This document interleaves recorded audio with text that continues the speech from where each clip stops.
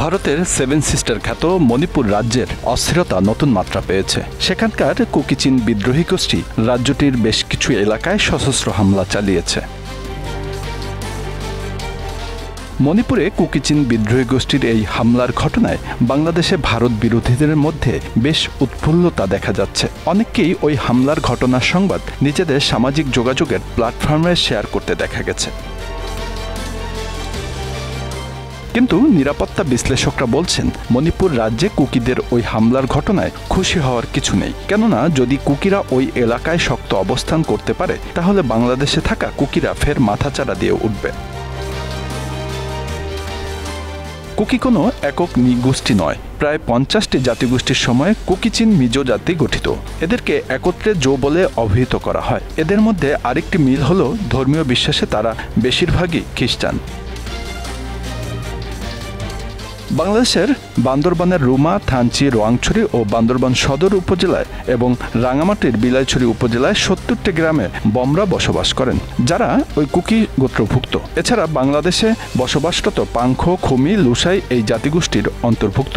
তবে এই জাতিগোষ্ঠীর বড় অংশটি মিয়ানমারের চীন রাজ্যে বসবাস করে। তাছাড়া ভারতের মিজোরাম ও মণিপুরে তারা বেশ শক্ত অবস্থানে রয়েছে। মিজোরামের সাথে বাংলাদেশের এবং মণিপুরের সাথে মিয়ানমারের সীমান্ত রয়েছে। এই অঞ্চলগুলো নিয়ে কুকি স্বশাসিত অঞ্চলের দাবিতে দীর্ঘদিন ধরে এই লড়াই চালাচ্ছে কেএনএফ।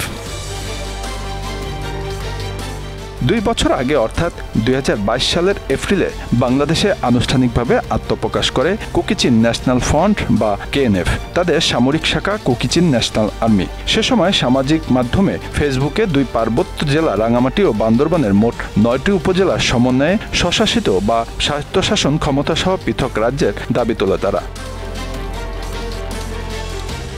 2022 সাল থেকে তাদের বিরুদ্ধে সেনা এবং র্যাব ধারাবাহিক অভিযান শুরু করেছে। মণিপুরের কুকি বিদ্রোহীদের সঙ্গে তাদের যোগাযোগ রয়েছে বলে অভিযোগ আইনশৃঙ্খলা বাহিনী। সেই অভিযান এখনও চলমান, যে কারণে বান্দরবানের থানচি, রুমা ও রোয়াংছড়ি উপজেলায় পর্যটক সহ বহিরাগতদের প্রবেশ নিষিদ্ধ রয়েছে। নিরাপত্তা বিশ্লেষকরা বলছে, কুকি বিদ্রোহীরা যদি মণিপুরে শক্তিশালী হয় এবং তারা সেখানে নিয়ন্ত্রণ প্রতিষ্ঠা করতে সক্ষম হয়, তবে তা একটি প্রভাবশালী অভ্যুত্থানের জন্ম দিতে পারে। এই পরিস্থিতিতে ভারতের সীমান্তবর্তী পার্বত্য চট্টগ্রামে কুকি শাখাগুলোর কার্যক্রম বৃদ্ধি পাবে। এদিকে শেষ কয়েক বছর ধরে বাংলাদেশ, ভারত ও মিয়ানমারের কিছু এলাকা নিয়ে একটি পৃথক নতুন রাষ্ট্রের গুঞ্জন রয়েছে। বলা হচ্ছে, মুসলিম দেশ ইন্দোনেশিয়া ভেঙে যেভাবে পূর্ব তিমুর নামে আলাদা একটি খ্রিস্টান রাষ্ট্র আমেরিকার তত্ত্বাবধানে বানানো হয়েছে, তেমনি একটি রাষ্ট্র গঠনের ষড়যন্ত্র হচ্ছে দক্ষিণ এশিয়ার এই 3 দেশ ঘিরে। আলোচনার সূত্রপাত গত মে মাসে আওয়ামী লীগ সভাপতি ও তৎকালীন প্রধানমন্ত্রী শেখ হাসিনার এক বক্তব্যের সূত্র ধরে। সে সময় তিনি ষড়যন্ত্রের পেছনে কোনো দেশের নাম উল্লেখ না করলেও তার ইঙ্গিত যে যুক্তরাষ্ট্রের দিকে ছিল, তা উপস্থিত সবাই অনুমান করতে পেরেছেন। Bangla affairs news desk.